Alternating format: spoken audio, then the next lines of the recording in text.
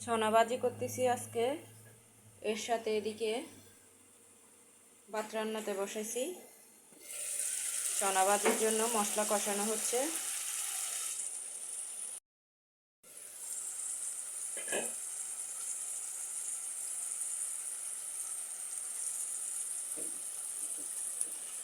ছনাটা দিয়ে দিলাম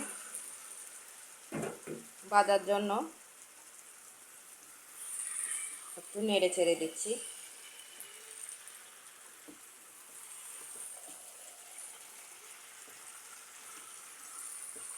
সাদা ছনা খেতে আমার অনেক ভালো লাগে, সেজন্য আমি সবসময় সাদা ছনাটাই নিয়ে আসি বাজার থেকে।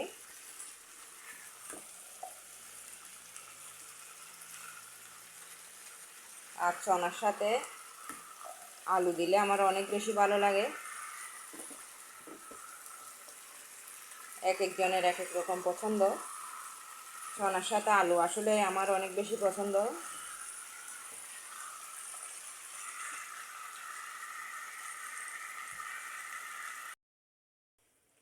ভাত রান্না হয়ে গেছে। এদিকে ছনাটা অলমোস্ট ভাজা হয়ে গেল।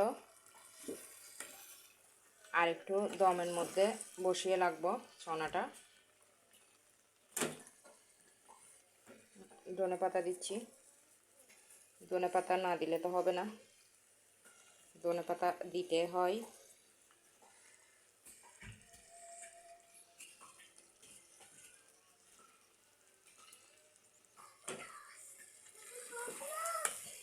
আর একটু নেড়ে দিচ্ছি।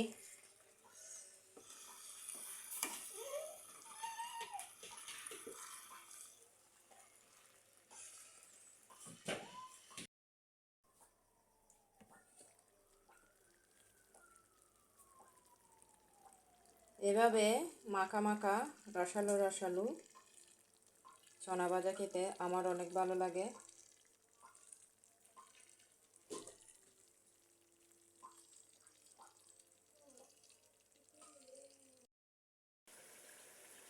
আজকে সামুদ্রিক মাছ রান্না করতেছি আলু দিয়ে। আলু দিয়ে খেতে ইচ্ছা করতেছে সামুদ্রিক মাছ রান্না করে, সেজন্য। সামুদ্রিক মাছ এমনিতে অনেক মজা।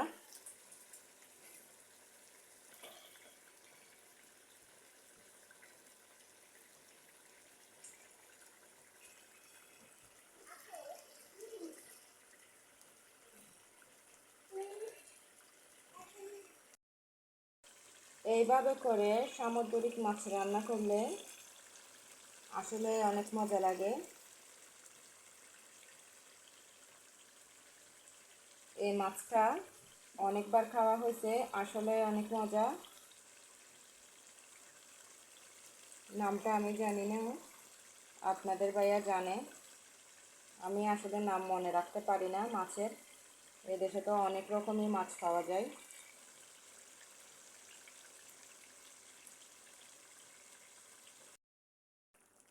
একটু পানি দিয়ে দিলাম মাছের মধ্যে, আলুটা যেন সিদ্ধ হয়ে যায়।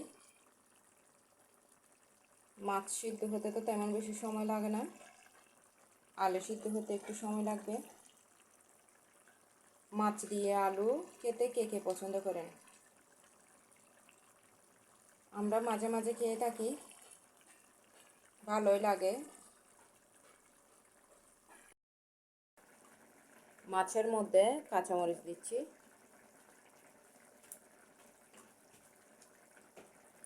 মাছের ওপরে টমেটো দিলে টমেটোগুলো খেতে আসলে অনেক মজা লাগে।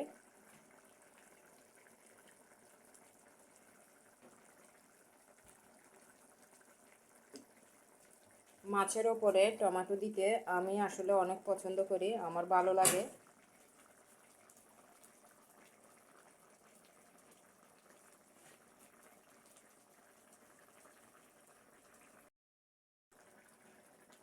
মাছের মধ্যে ধনেপাতাটা দিয়ে দিলাম। মাছের মধ্যে ধনেপাতা না দিলে হয় না, ধনেপাতা দিতেই হয়।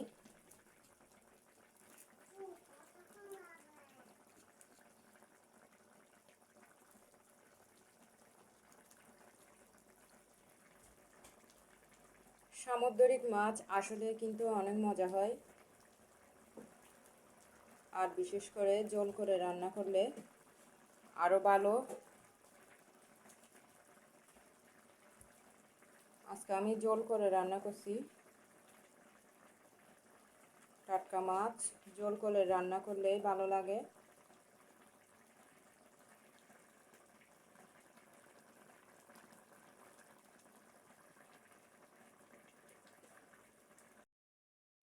একটু দমের মধ্যে বসিয়ে রাখলাম মাছগুলোকে। অনেক সুন্দর একটা স্মেল আসতেছে।